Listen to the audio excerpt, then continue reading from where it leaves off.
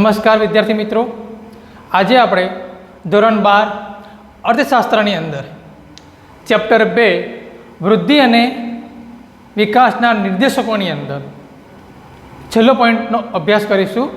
આપણે અગાઉ વિકાસના નિર્દેશકોની અંદર રાષ્ટ્રીય આવકનો વૃદ્ધિ દર, માથાદીઠ આવકનો વૃદ્ધિ દર અને જીવનની ભૌતિક ગુણવત્તા અને આંક, આ ત્રણ નિર્દેશકોનો અભ્યાસ કર્યો.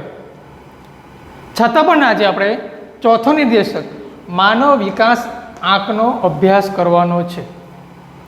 મેં તમને અગાઉના વિડીયોમાં વાત કરી હતી કે આ બે નિર્દેશકોમાં કેટલીક મર્યાદાઓ હતી.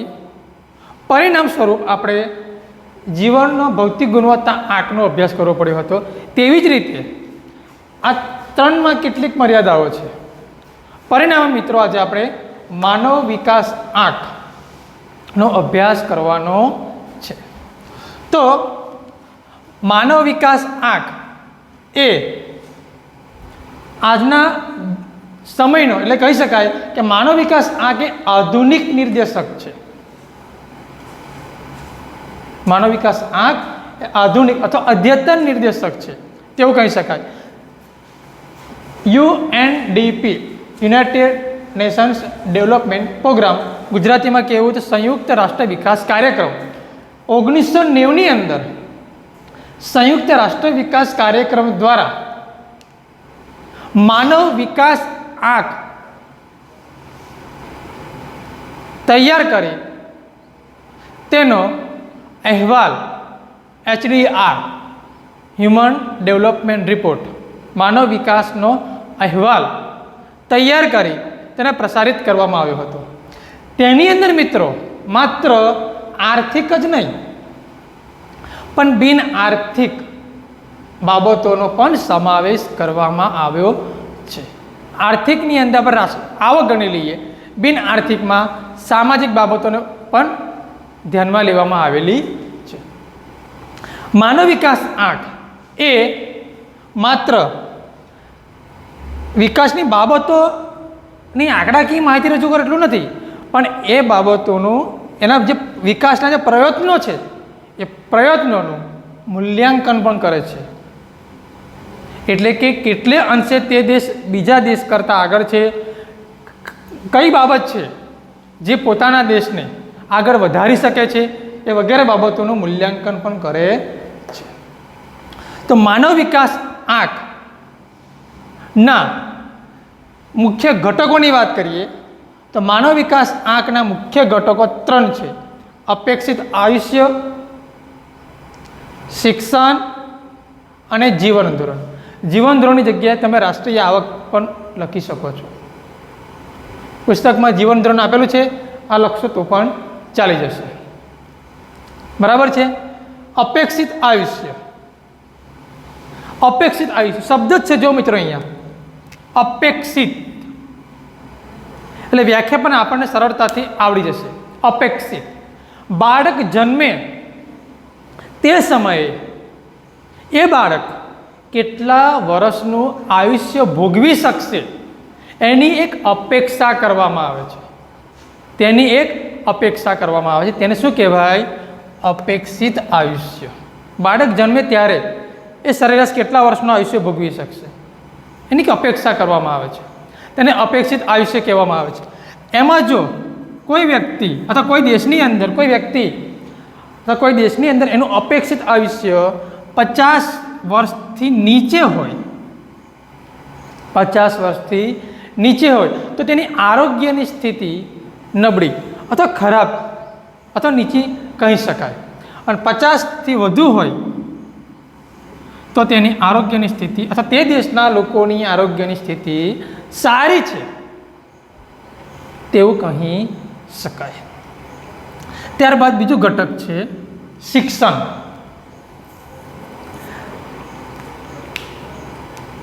શિક્ષણ એક સામાજિક ઘટક પણ કહી શકાય છે અને આર્થિક ઘટકનો પાયો પણ કહી શકાય મિત્રો.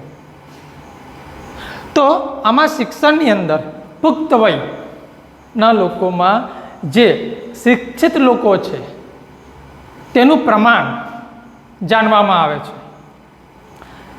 એટલે કે 15 વર્ષ કે તેથી વધુ લોકોમાં શિક્ષણનું પ્રમાણ કેટલું છે તેના આધારે આનો માપદંડ નક્કી કરવામાં આવે છે.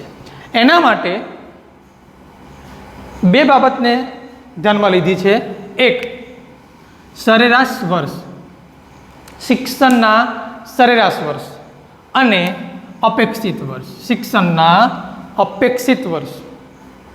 એટલે કે કોઈ પણ દેશની અંદર શાળાકીય વર્ષના સરેરાશ વર્ષ કેટલા છે અને બીજો મુદ્દો છે એના અપેક્ષિત વર્ષ કેટલા છે. કોઈ પણ દેશના શિક્ષણના અપેક્ષિત વર્ષ કેટલા છે. દાખલા તરીકે આપણે ભારતની વાત કરી લઈએ અને એક સિમ્પલ ઉદાહરણ આપીશું. આ એક ઉદાહરણ જ છે. દાખલા તરીકે આપણે ધોરણ 1 થી 12 ની વાત કરીએ. શાળાકીય વર્ષ ધોરણ 1 થી 12 છે, પછી કોલેજ આપણે ગણવામાં આવે છે. તો આના અપેક્ષિત વર્ષ કેટલા થયા? 12 વર્ષ અપેક્ષિત વર્ષ.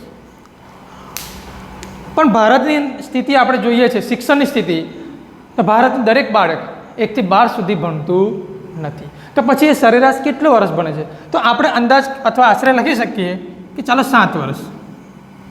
તો આ થયું અપેક્ષિત વર્ષ અને આ 7 વર્ષ એ આપણે ગણ્યું છે સરેરાશ વર્ષ. આ રીતે શિક્ષણની વાત કરીને તેનો માપદંડ નક્કી કરવામાં આવે છે. બીજી વાર વાત કરું છું, શિક્ષણની અંદર પુખ્ત વય ના જેટલા પણ લોકો શિક્ષિત છે એની માહિતી ધ્યાનમાં લેવામાં આવે છે. તેમાં 15 વર્ષ કે તેથી વધુ ઉંમરના વ્યક્તિ અને તેમાં અપેક્ષિત વર્ષ અને સરેરાશ વર્ષને ધ્યાનમાં રાખીને આનો માપદંડ નક્કી કરવામાં આવે છે. ત્રીજો મુદ્દો છે મિત્રો, જીવન ધોરણ અથવા તો રાષ્ટ્રીય આવક અથવા આવક એટલું પણ ઉલ્લેખ તમે કરી શકો છો. જે જીવન ધોરણ, વ્યક્તિનું જીવન ધોરણ ક્યારે ઊંચું આવશે, એના જીવન ધોરણમાં ક્યારે બદલાવ આવશે? જ્યારે તે વ્યક્તિને પોતાના જીવનને ટકાવી રાખવા માટે જે પ્રાથમિક જરૂરિયાતો છે એ તેને પૂરતા પ્રમાણમાં મળી રહે. પ્રાથમિક જરૂરિયાતો આપણે જોઈએ તો સિમ્પલ ઉદાહરણ આપીશું. રોટી, કપડાં, મકાન, ખોરાક, વસ્ત્ર, રહેઠાણ, આ ઉપરાંત પાણી, તદુપરાંત બાળ મૃત્યુ દર, માતૃ મૃત્યુ દર. ખોરાકની વાત કરીએ તો ખોરાક લઈએ એ મહત્વનો નથી, પણ એ ખોરાકની અંદરથી જે તે વ્યક્તિને કેટલાક પોષક ઘટકો મળી રહે છે, પ્રોટીન, ચરબી, વિટામિન્સ, એવા ખોરાકની પણ વાત કરવામાં આવે છે. અને એના આધારે જીવન ધોરણનો માપદંડ નક્કી કરવામાં આવે છે. અને તે છે એમાં સૌથી મહત્વનો મુદ્દો છે આવક. આવકને ધ્યાનમાં લેવામાં આવે છે અને તે છે કાચી રાષ્ટ્રીય પેદાશ. અને આમાં જે આંતરરાષ્ટ્રીય ધોરણની જ્યારે વાત કરવામાં આવે છે તો તે જ આવે છે પીપીપી, એટલે કે સમખરીદ શક્તિ, પરચેસિંગ પાવર પેરિટી. સમખરીદ શક્તિના આધારે આંતરરાષ્ટ્રીય તુલના કરવામાં આવે છે. વિદ્યાર્થી મિત્રો, પરીક્ષા માટે માનવ વિકાસ આંક અને તેના ઘટકો સમજાવો, આ પ્રશ્ન ધોરણ 12ની અંદર અવારનવાર પૂછાયા કરે છે. એટલે મહેરબાની કરીને મિત્રો આ મુદ્દાને સરળતા સમજી લેજો અને યાદ રાખજો. પરીક્ષા માટે ખૂબ જ અગત્યનો મુદ્દો છે. તો અહીં માનવ વિકાસ આંકના 3 ઘટકો અપેક્ષિત આયુષ્ય, શિક્ષણ અને જીવન ધોરણ. હવે માનવ વિકાસ આંકનો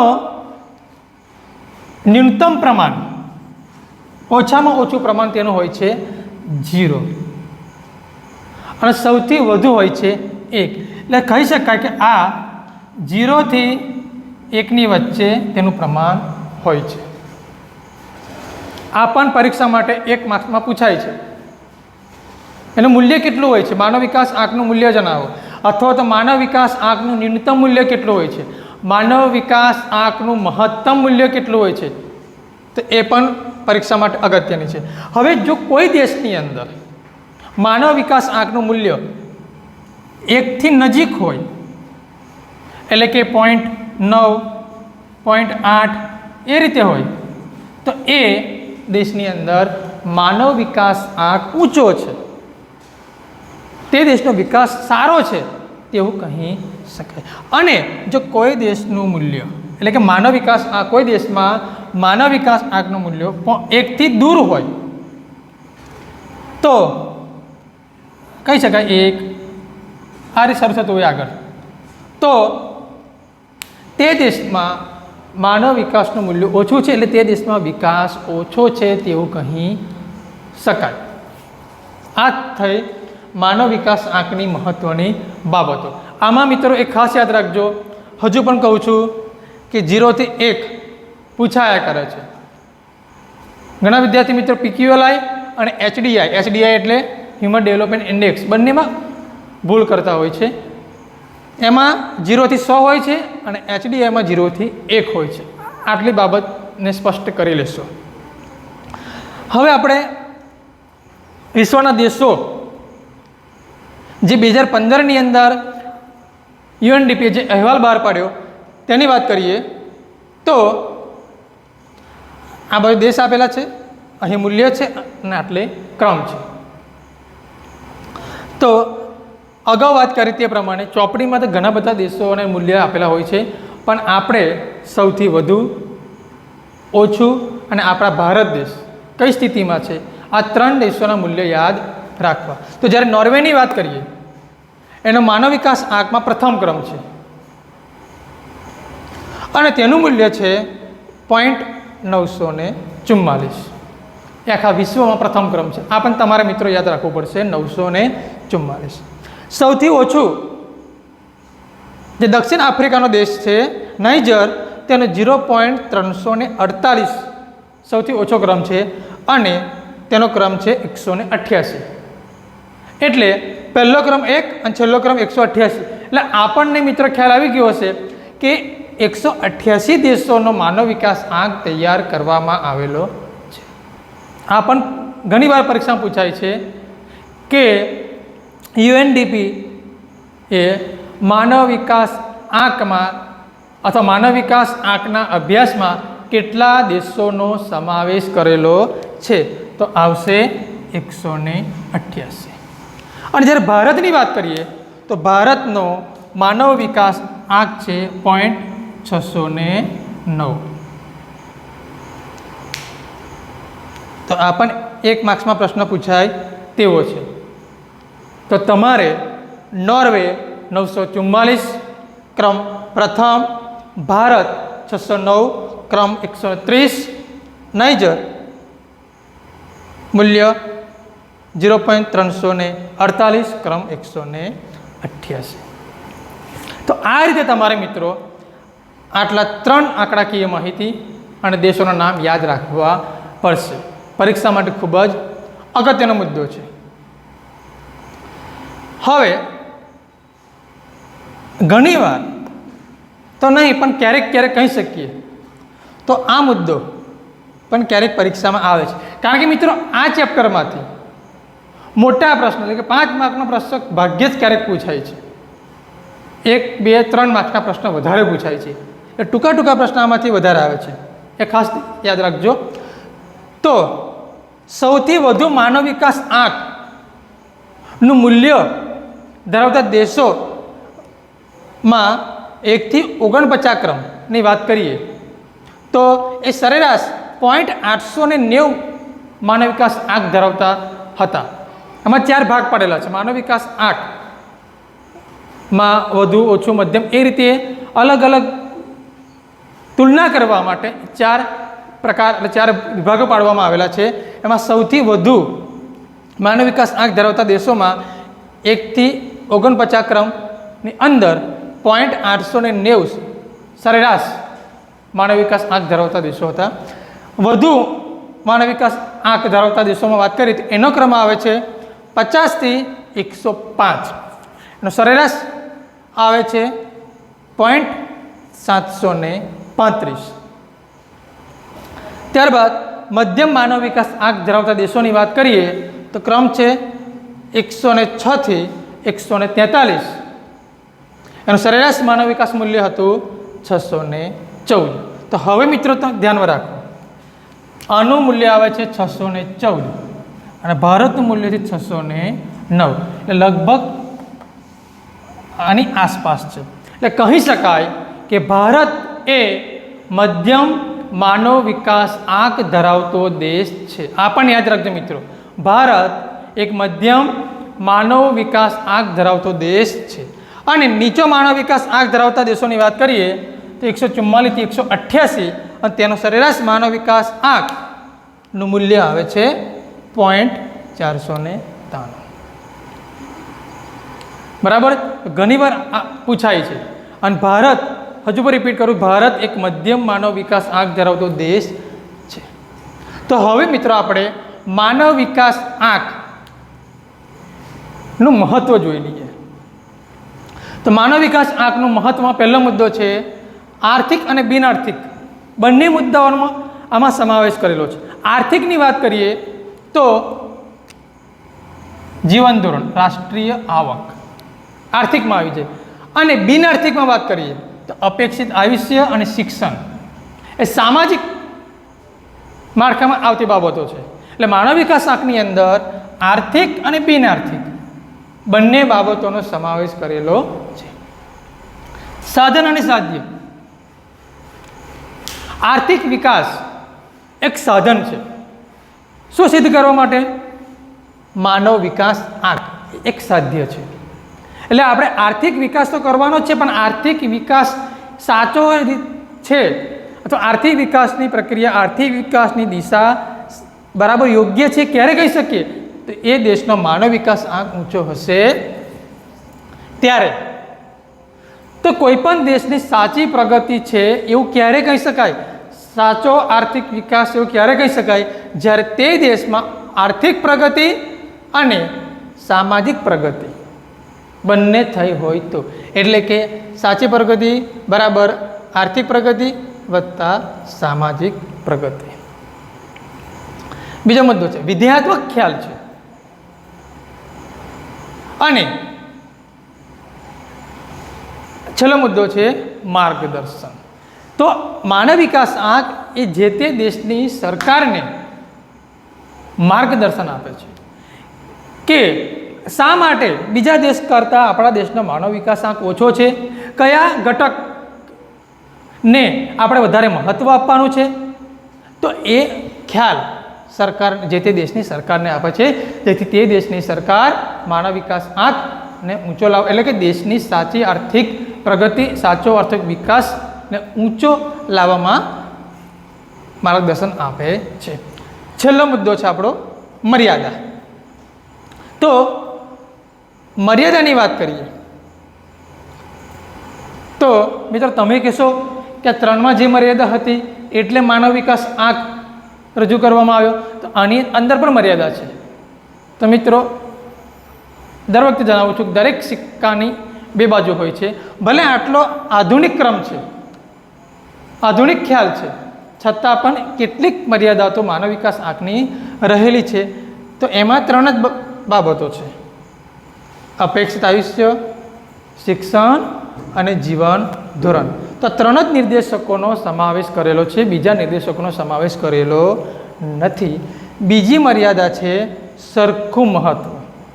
આ બંને મર્યાદા PQLIમાં આપણે જોઈ ગયા છે. 3 નિર્દેશકોને સરખું મહત્ત્વ આપવામાં આવ્યું છે.